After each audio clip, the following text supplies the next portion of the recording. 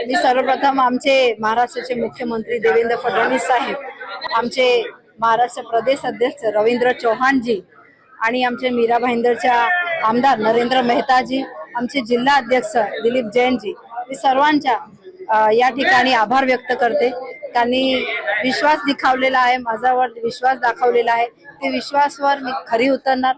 आज कारभार कारभार आजपासून घेतलेला आहे आणि नक्कीच जे भारतीय जनता पार्टी आणि आपले शहराचे शहरवासियांनी जे विश्वास दाखवलेला आहे, ते विश्वासवर मी नक्कीच विकासाचे काम करून दाखवणार। कोणत्या कामाला तुम्ही पहिले प्राधान्य देणार आहात? बघा, धीरे आजच चेअरवर बसून आजच कारभार सुरू केलेला आहे, तर नक्कीच जे पण विकासाचे काम ज्या थांबलेलं आहे ते सर्वांना मी गती देण्याचं काम या ठिकाणी करणार।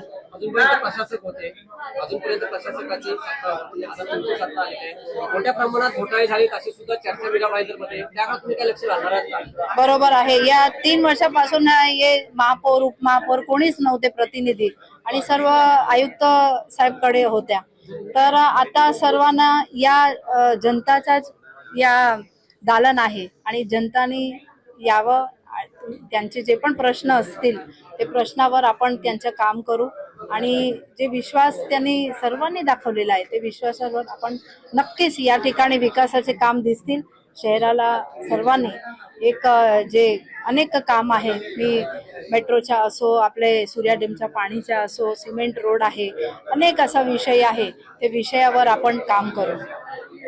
सूर्या डॅमचं पाणी कधीपर्यंत लोकांना मिळेल? नक्कीच या ठिकाणी आता आम्ही धीरे धीरे आपल्या आयुक्त साहेबाकडे आपण मीटिंग घेतलेली आहे।